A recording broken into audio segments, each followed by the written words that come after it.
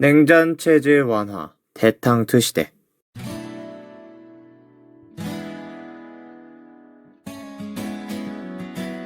봄바람이 날리며 흩날리는 벚꽃잎이 울려 퍼질 수없음 우리 들어요. 봄바람이 날리며 흩날리는 벚꽃잎이 울려 퍼질 수없음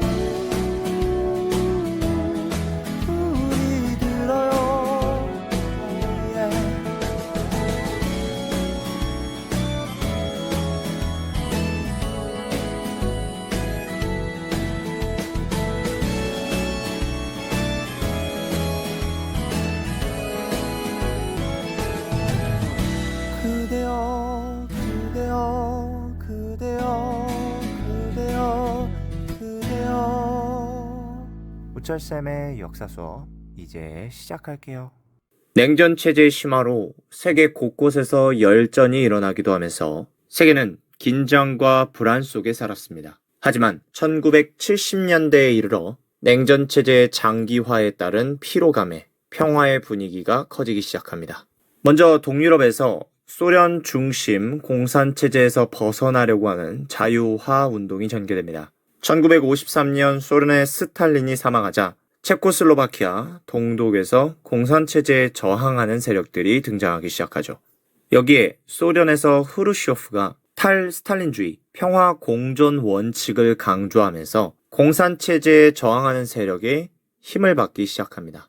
이러한 상황 속에서 군비 축소를 통해서 핵전쟁 공포를 억제하자라는 이야기가 나오기 시작했고, 여기에 미국, 영국, 소련이 참여하면서 점점 평화의 분위기가 조성되기 시작합니다. 이때 맺은 약속들을 보자면 부분 핵실험 금지 조약 PTBT, 미국, 영국, 소련이 이것을 약속했고요. 전략무기 제한 협정 솔트1, 전략무기 제한 협정 솔트2, 전략무기 감축, 축소 협정 스타트가 연달아 체결됩니다. 이에 따라 대탕트 평화 시대가 점점 무르익기 시작하죠. 뿐만 아니라 냉전 체제에 대한 도전 분위기도 형성되면서 평화 분위기가 조성됩니다. 미국 편이냐 소련 편이냐가 아니라 자기 자신이 주체가 되겠다면서 미국과 소련 중심의 세계 체제에 돌을 던집니다. 대표적인 것이 프랑스 대통령 드골이 프랑스는 나토에서 탈퇴하겠다 선언한 내용이 되겠습니다. 이러한 상황 속에서 미국 대통령 닉슨이 닉슨 선언, 닉슨 독트린을 발표합니다. 이는 괌 독트린이라고도 합니다. 이러한 선언, 독트린의 내용을 보면 미국은 앞으로 베트남 전쟁과 같은 군사적 개입을 피한다. 미국은 강대국의 핵 위협을 제외한 내란이나 침략인 경우 아시아 각국이 스스로 협력하여 그에 대처하길 바란다. 미국은 태평양 국가로서 그 지역에서 중요한 역할을 계속하지만 직접적 군사적 정치적 과잉 개입은 하지 않는다라는 내용이 담겨져 있습니다. 이것은 미국의 입장이 변했음을 이야기합니다. 아시아에 대한 개입주의에서 아시아에 대한 비개입주의로 바뀌었다.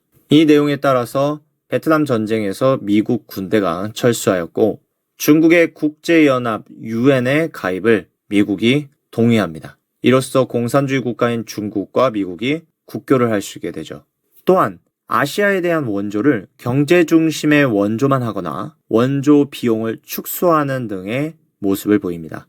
이렇게 미국이 아시아에서 진행되고 있는 공산주의와 자본주의 간의 대립 구도에서 빠져나갔다. 이것만으로도 세계 평화의 분위기가 점점 커지게 된 것이었습니다. 오티가 들려주는 역사 수업. 역사는 우철 티철. 이러한 대탕트 분위기는 독일에도 평화 분위기를 가져왔습니다. 서독 총리 빌리 브란트가 동유럽 사회주의 국가와 화해 및 교류를 하겠다라고 하죠. 그러면서 대탕트, 평화를 강조했습니다. 이를 위해 시행한 정책이 동방정책입니다. 동유럽 공산국가와 평화 화해를 추구하여 외교를 적극적으로 하겠다라는 것이죠. 소련, 폴란드, 체코슬로바키아와 불가침 협정을 체결합니다. 이때 폴란드에 방문한 빌리 브란트는 폴란드의 유대인 학살 추모 탑에서 무릎 꿇고 용서를 빌었죠. 어쨌든 불가침 협정을 체결한 서독은 현재 국경선을 인정하고 더 이상의 영토에 대한 욕심을 부리지 않겠다라고 했죠. 이후 1972년에 베를린 현상을 유지하겠다라는 협정을 체결합니다. 이에 따라 서동 베를린 분단이 유지되었죠. 그렇게 평화 분위기가 만들어지자 서독과 동독은 외교 관계를 수립하기로 결정합니다. 이것이 서독 동독 상호 승인 기본 조약입니다. 서유럽 국가가 동독의 존재를 하나의 국가로 인정한 것이죠. 그리고는 1973년 9월 서독과 동독이 국제연합 UN에 동시 가입합니다. 이렇게 독일의 평화 분위기가 형성되고 또 커져갔습니다. 이후 유럽 안보협력회의 CSCE가 결성됩니다. 1973년 회의를 시작으로 여러 번 개최되었는데요. 이 회의의 목표는 북대서양 조약기구 나토와 바르샤바 조약기구 WTO에 각각 가입한 회원국들끼리 동시적으로 협력하자라는 의미에서 만든 것입니다. 그리고 이후 1975년 8월 1일 안보 인권에 관한 헬싱키 협약, 헬싱키 최종 의정서가 채택이 됩니다.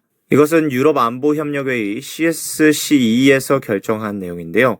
여기에 참여한 국가로는 미국, 캐나다, 소련, 알바니아를 제외한 35개의 유럽 국가들이었습니다. 10개의 원칙을 세워 유럽의 안정을 보장하고자 했죠. 그리고 회원국들에게 의무를 규정합니다. 주권은 평등하다라는 걸 인정하게 하고 안보 면에서 국경선의 상호 존중과 국경선을 무력, 비합법적으로 변경하는 것을 금지했죠. 또한 분쟁은 평화적으로 해결하자라고 약속합니다.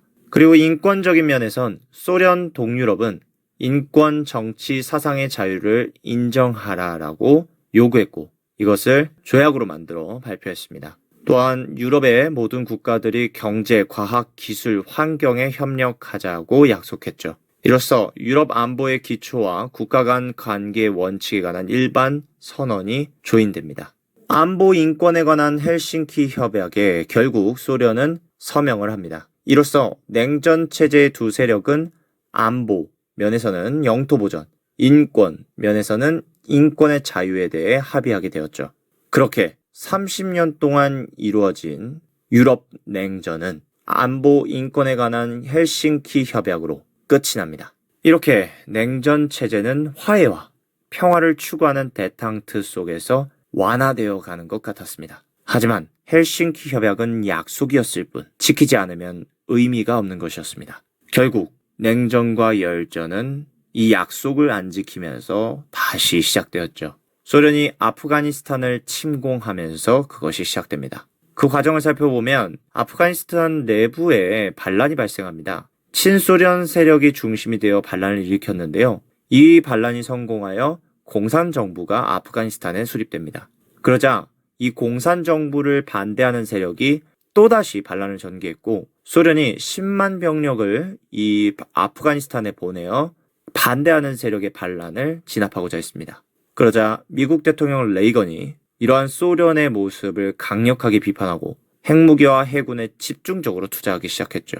뿐만 아니라 미국과 나토가 군사력을 강화하면서 소련과의 대결을 준비합니다. 이러한 아프가니스탄 침공으로 인해 세계는 다시 열전과 냉전의 분위기가 커져갔죠.